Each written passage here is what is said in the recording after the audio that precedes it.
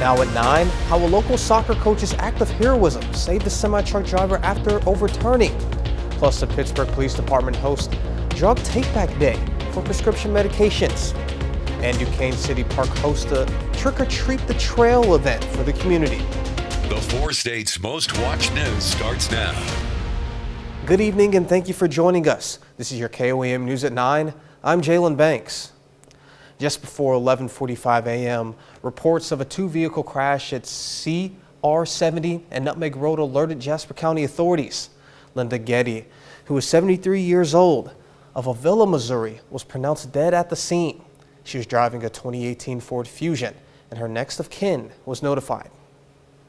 KOAM is always looking to hear from aspiring journalists, so we're continuing a program where stories are shot, written, and edited by local students. This story comes from Webb City High School. And help can come when you least expect it. This time, Webb City's soccer coach Nick Harmon was helping a semi-truck driver whose truck overturned on the highway. Webb City High School multimedia reporter Brecklin Matthews spoke with the coach and has more. On Saturday, October 1st, the Webb City boys soccer team was traveling back home from a tournament when a semi-truck in front of them turned over onto its side. Nick Harmon, who serves as the team's head coach and also teaches history at the high school, heroically ran off the bus and jumped into action. I'm happy that, I was able to help and just getting them out of there, and glad that I didn't have to assist in anything, more life-threatening than that. Well, obviously I was concerned about our kids, but I felt like we were in a great place with such a good man as Mr. Harmon with them and to take care of them. With the help of some bystanders, Harmon managed to get onto the side of the truck, prying the door open and pulling out the victims. Luckily, they were not super injured. They had some cuts and scrapes and stuff. There was 2 guys in there, and one of them clearly had hit his head pretty hard because he was a little disoriented and having trouble standing up. Mainly they were just trapped inside and needed help getting out. Coach Harmon jumped out there and acted like an American. He has a heart of gold. Coach Harmon stays modest and humble, but those around him see clearly the heroism of this feat. Coach Harmon thinks of others before himself. He's a great man. I know he served in the military and served proudly. The guy's a great guy all around. His action shows his heart.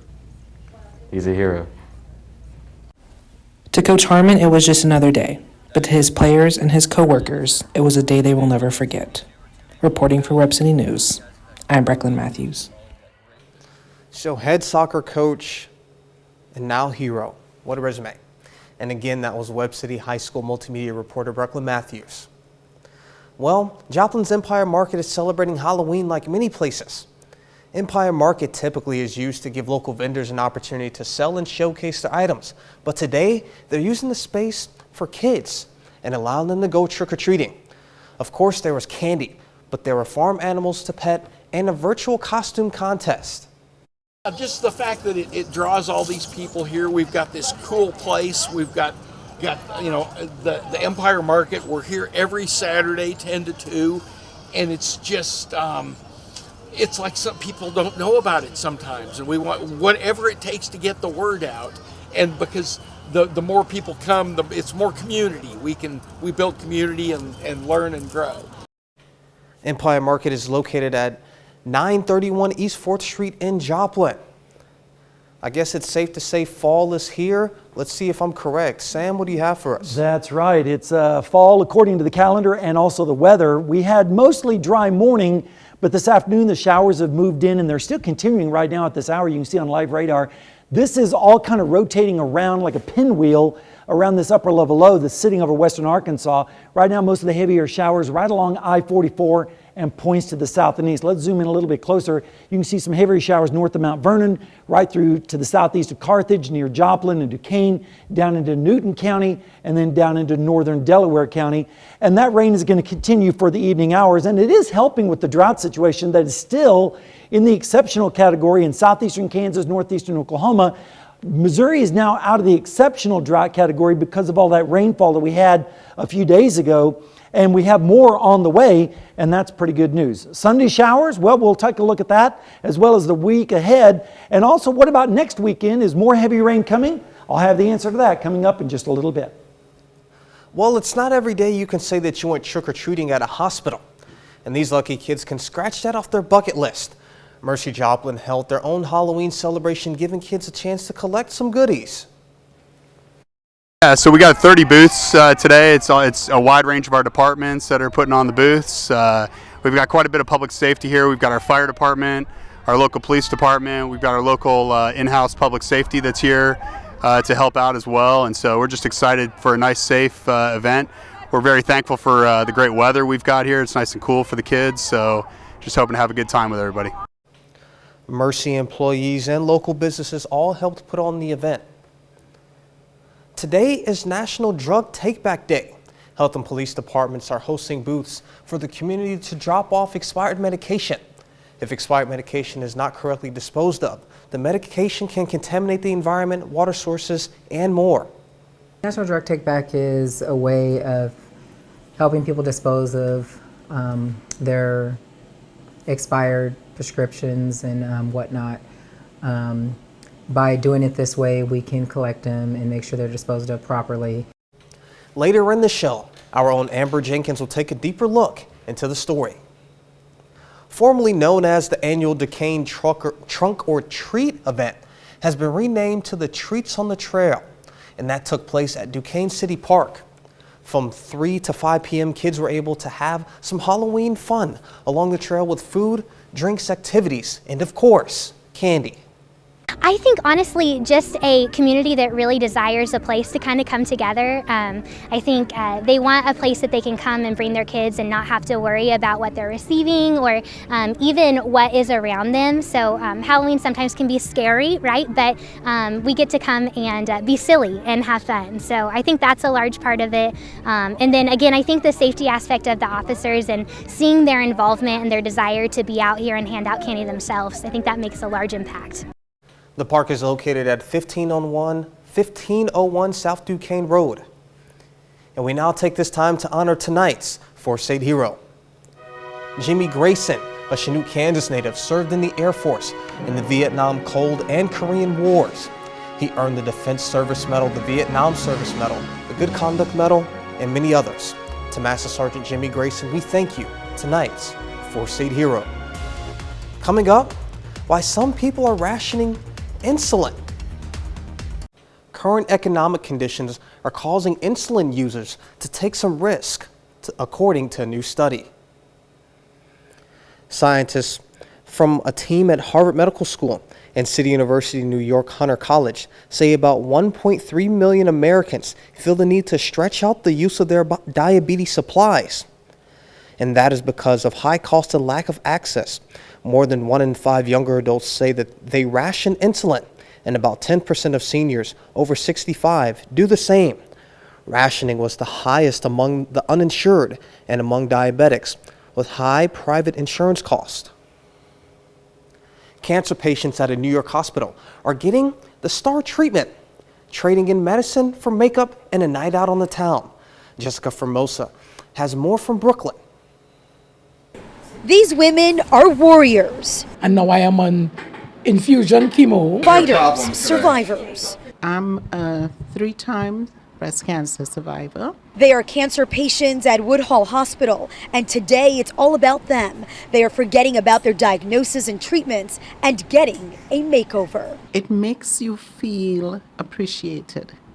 So I just love the feeling. This is possible thanks to Karen Mitchell of True Hair Company and True Indian Hair. And we just want to make them feel special, feel loved, not feeling alone. In 2014, she started doing makeovers for cancer patients. The hairstylist has provided wigs to celebrities like Beyonce and Lizzo, but says this is different. I have an initiative for my business called True Strength, and it's really it's about giving women having them feel empowered. The wigs are provided by Karen. The makeup artists are volunteers. She just touched on this, but I was always fabulous. She's just trying to fix perfection. She's doing a good job.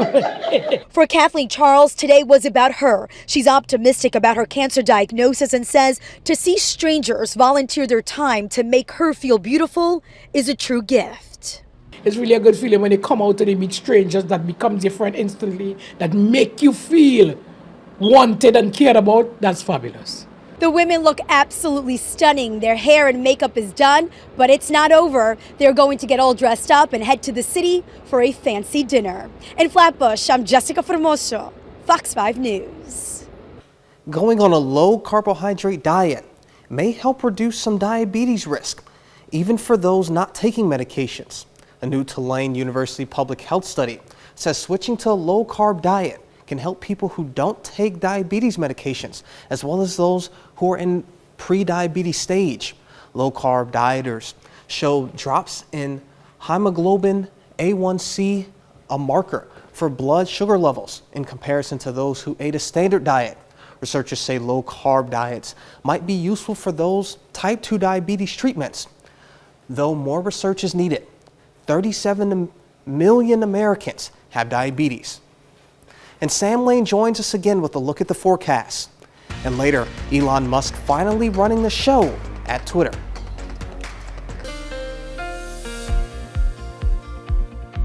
Well, it's another wet day across the 4 states, but I think everyone's happy with that, with the rainfall that we've been desperately needing for so long. And even though it's coming on the weekend, it's still pretty nice out there.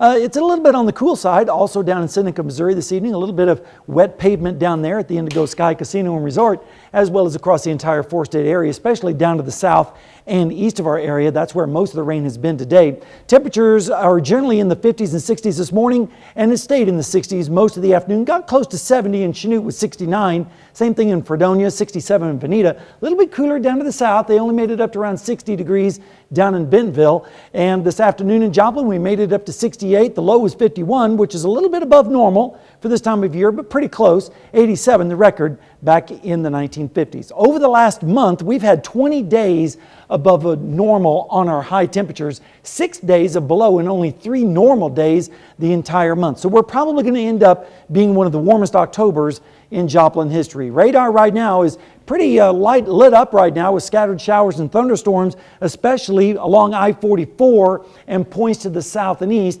And let's zoom in on some of the heavier showers right now. Basically just north and west of I-44 from Walnut Grove over to Miller, and then down in towards Sarcoxie and over in eastern Jasper County around Carthage. This is all basically rotating to the north and northwest around that upper level low that is sitting down in western Arkansas. In fact, that's where the heaviest rain has been today in eastern Oklahoma, extending over into central Arkansas, where they've picked up over an inch of rain. A little bit less than that up in our area, but we'll start adding to those totals overnight with those scattered showers. Temperatures right now are generally in the 50s, so it's a cool rain out there. 61 in Parsons, 59 in Iola. Our friends up in Nevada, they're also sitting at 59 degrees. A little bit cooler down in Cassville, where it's double nickel. You can see the rain coming down here in Joplin with 62 degrees. The dew point's 49, the humidity is 62%, and the pressure is a little bit steady. Now here's the storm system that's over us right now in western Arkansas, but notice as we go through the week, this is going to lift up to the north, and we're going to go into a more zonal warm pattern this coming week. But notice this big storm system that's going to dive down into the southwest, and look at the winds on this. This is going to set us up for the next storm system next weekend, and it could be quite a gully washer out there with the rainfall amounts, and we'll get to that in a second. Rain chances, though, over the next 36 hours look pretty good through the evening hours, picking up a little bit towards morning, then dropping off a little bit, and then maybe another round later on tomorrow evening, and then things start to taper off as we go in towards Monday. Rainfall amounts are generally going to be around 1/3 of an inch or less, lesser to the west, a little bit more towards the east. And here's a look at your future track forecast for tonight. Lows in the 50s with scattered showers around, northerly winds across the area. Pick out your hometown. Then as we go through the day tomorrow, mostly cloudy skies with northwesterly winds and highs in the lower 60s with those scattered showers around, especially towards the east.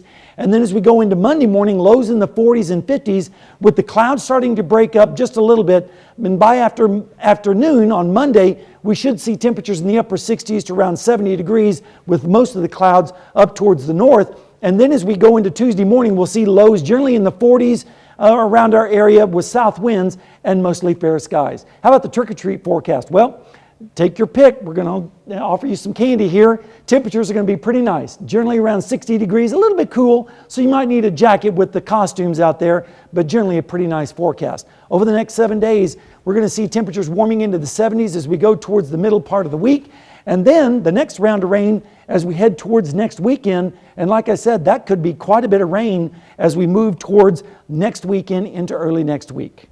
Jalen? Well, all right, sounds good. And later, we take a look at a spectacular item Chipotle brought back. Twitter now charting a new course of leadership under Elon Musk, but it's still too early to tell how exactly the platform will change. Fox News correspondent Alexis McAdams has that story. It's official. Elon Musk is the new boss at Twitter, vowing to let the bird free by putting fewer restrictions on speech. Twitter has long faced accusations of political bias in policing content and what it chooses to label as misinformation, including from Musk himself. He's already fired several top executives, including the person in charge of content moderation. There is a real question mark about whether or not Twitter can maintain its relative independence, its neutrality, effectively. Musk says he plans to form a new content moderation council that will be in charge of creating new rules and potentially reinstating suspended accounts. While some are praising Musk's pledge to open up the platform, others are wary, including advertisers, like General Motors, who confirmed Friday it would temporarily pause all of its ads on Twitter until it gets a better sense of what direction the company is heading in. The deal's hefty price tag means Musk will have to tread carefully on what direction he'll take the company. Twitter has not really been growing nearly as much as competitors. He's going to have to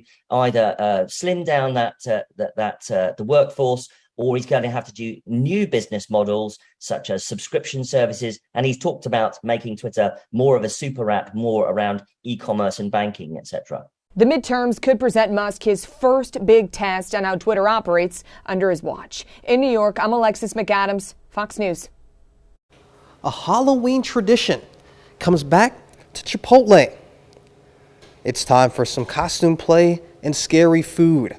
The burrito returns to the Mexican fast food chain for the first time since 2019, when the coronavirus pandemic halted it. Chipotle fans in costume can visit a Chipotle restaurant on October 31st. Get a $6 entry and register to win one of 10 free burritos for a year. Use the local media platform Be Real and take a photo in costume and post it with various Chipotle hashtags. Democrats are expressing concern about the possibility of another major interest rate hike before Election Day. One senator is actually warning the Federal Reserve not to do it, which raises the issue of the Fed's supposed independence from politics. Fox News White House correspondent Jackie Heinrich has details. Prices are still rising and consumers are still spending. Despite glimmers of progress in 2 economic reports released Friday, the president's biggest challenge, inflation, remains. Biden turning the focus to the GOP, writing, "The economic reports show we are making progress. Congressional Republicans' agenda, on the other hand, is very different. It would drive up inflation and add to the deficit." We'd all like to see inflation coming down quicker, but I think there are signs, even this week, the numbers you're showing were either at expectations or below expectations. A metric closely watched by the Federal Reserve showed inflation stayed hot in September, but mostly within expectations. Personal consumption expenditures climbed 6.2% compared to last year. Stripping out volatile food and energy, core PCE inflation increased 5.1% from the year prior. Separately, the Employment Cost Index showed wages and benefits climbed 1.2% from June to September, a quicker pace than the Fed wants. No sign the labor market is loosening and rapid wage growth is moderating. All this meaning the Fed will likely stay on course for another interest rate hike next week. Wages up 5%.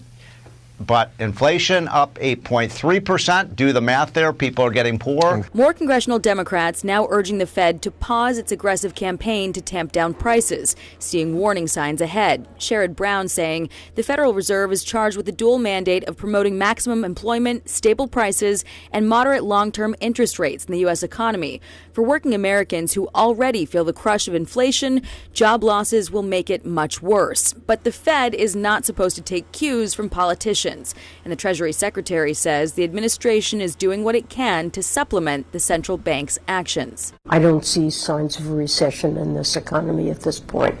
While the president has recently shifted his messaging to focus more on the economy, the vice president is still all in on abortion. Today, she hosted a roundtable on reproductive rights, her 20th since May. At the White House, Jackie Heinrich, Fox News. Next, a drink putting the boo in booze. A beer company's specialty drink is putting the boo in the booze for Halloween. Boston Beer Company's Truly Hard Seltzer is going to bump into the dark of the night with a limited edition Halloween drink. Truly Midnight Hard Seltzer is a blackberry lemon flavored beverage with a nearly pitch black color. The drink uses natural dyes for the color. The seltzer is perfect for Halloween parties and comes in a 4-pack of 16-ounce holographic cans. You can buy them online at givethemabeer.com for $23.59. And that's a look at the first 30 minutes of your KOAM news on Fox 14. More news, weather, and sports after the break. Local health and police departments are hosting drop-off booths for National Drug Take-Back Day. KOAM's Amber Jenkins has more. National Drug Take-Back Day encourages the community to correctly dispose of expired prescription drugs. Not properly disposing of prescription drugs can be harmful to the environment. If they flush them down the toilet, it contaminates the water. If they throw them on the ground, it contaminates the ground. So this way it gives people a safe and easy way to turn those prescriptions in so that we can dispose of them for them. Throughout the day, the community came out to properly dispose of expired medication. Yes, we actually have a box in our lobby, this white box over here. It's here all the time. Anytime the lobby is open, they can come and they just have to put them in there. The community does not have to wait for National Drug Take-Back Day to safely dispose of prescription drugs. They will come in. I cannot take sharps or liquids. So basically they come in, I ask them if they have any sharps or liquids. If they don't, they just put them in the box. We'll collect them all, and then our evidence technician will box them up and send them to be disposed of. Disposing of prescription drugs helps the community in more ways than one. Yes, and a lot of people just have, like one person that came in today, they had no idea that we have a way to do it throughout the year. So they had an entire bag, Walmart-sized bag of drugs that they've just been collecting, waiting for a day like this to be able to dispose of them. Because they don't want to dispose of them. They know these drugs are harmful to the environment, and they don't want them,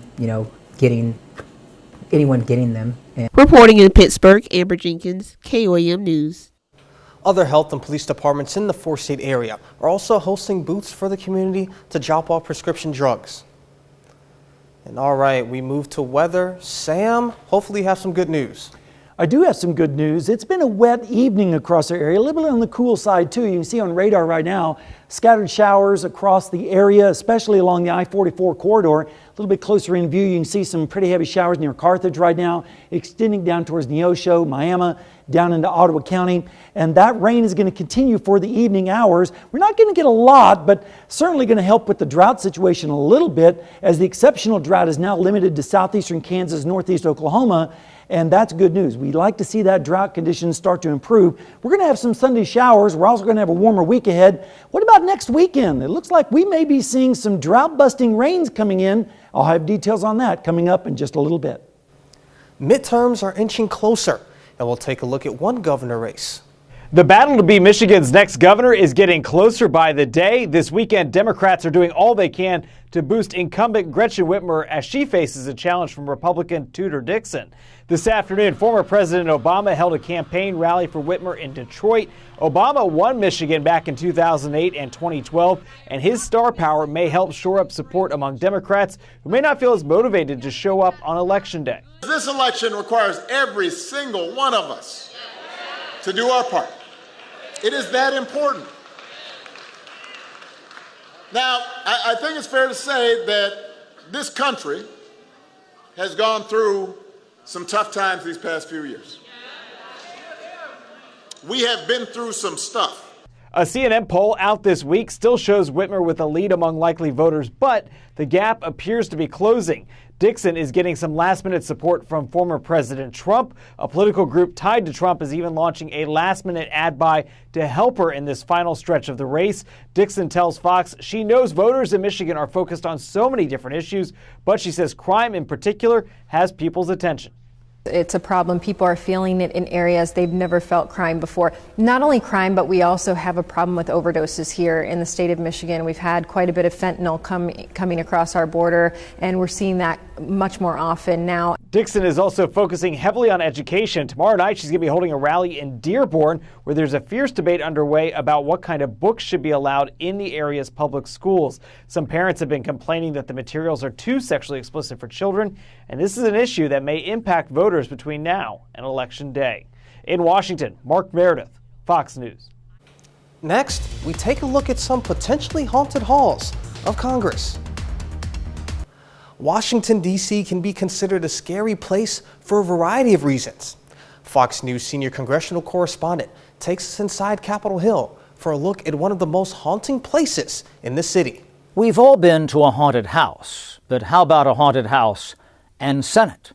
As they say in the Rocky Horror Picture Show, I would like, if I may, to take you on a strange journey. But for this journey, we'll go deep into the Capitol catacombs for tales of the congressional macabre. The U.S. Capitol is a seemingly haunted place. Mysterious sounds of a custodian who passed on. Some can still hear her scrubbing the floors late at night.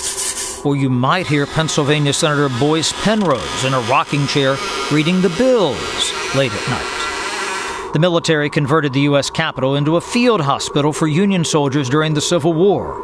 Some have reported sightings of those soldiers wandering the building even today. Some of them have continued to stay here. A lot of soldiers died here, and they were very idealistic at that point, and their spirits would be here. Joe Novotny just retired from the House after 30 years. You've seen him on C-SPAN as the House reading clerk. And Novotny's observed some weird things in the House chamber late at night after everybody else is gone. And all of a sudden, in the well of the chamber, like directly in front of me, I see a man walk in front of me. And I look up immediately to see who it is, and there was nobody there. You tell yourself, is this real? But it was vivid. But towering above all Capitol ghost stories is the legend of the demon cat, which prowls the Capitol. It appears before national emergencies, such as when the British burned the Capitol in 1814, the Civil War, Pearl Harbor, Kennedy's assassination. Its footprints are purportedly visible in the Capitol's Senate wing, but supposedly the demon cat also signed its name. In an obscure congressional stairwell, you'll find this. Now, does that stand for District of Columbia, Direct Current, Detective Comics, or Demon Cat? In another stairwell, you'll find the blood of Kentucky Congressman William Talby. Newspaper reporter Charles Kincaid shot and killed Talby there after a dispute in 1890. Talby's ghost is said to lurk around the Capitol, periodically tripping reporters as revenge. Is that maybe why I was tripped on a Capitol stairway not far from there when I tried to get a word with Justin Trudeau? It sounds absolutely plausible, and it sounds like you're fortunate to escape as unscathed as you were.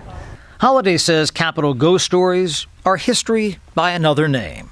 It's popular history. It's a way that people can remember, sometimes misremember, but it's a way that they can remember figures and events from the past. Any 200-year-old building is going to have ghost stories. The U.S. Capitol is no exception. So, as they say in the movies, if you come to the Capitol, be afraid. Be very afraid. On Capitol Hill, Chad Pergram, Fox News.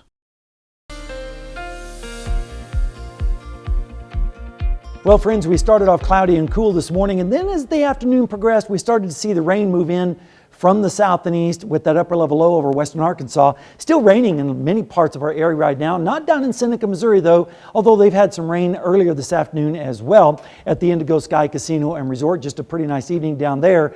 Temperatures, they were pretty much in the 50s and 60s today across the area. A real short thermometer today with temperatures in the 60s for highs, almost 70 in Chanute and over in Fredonia. A little bit cooler down to the south where the rain and the clouds held in a little bit longer today. Right now in Joplin, you can see the rain coming down on our tower cam there. 68 was our high, 51 was the low, which was above the normals, 87 back in 1950 and 25 back in 1980. And this month, we've had several days above normal on our highs, 20 in fact, 6 below and 3 normal. So we're probably going to end up one of the warmest Octobers in Joplin history. And radar over the last few hours, you can see all this rain that's kind of rotating in from the south and east around that upper level low.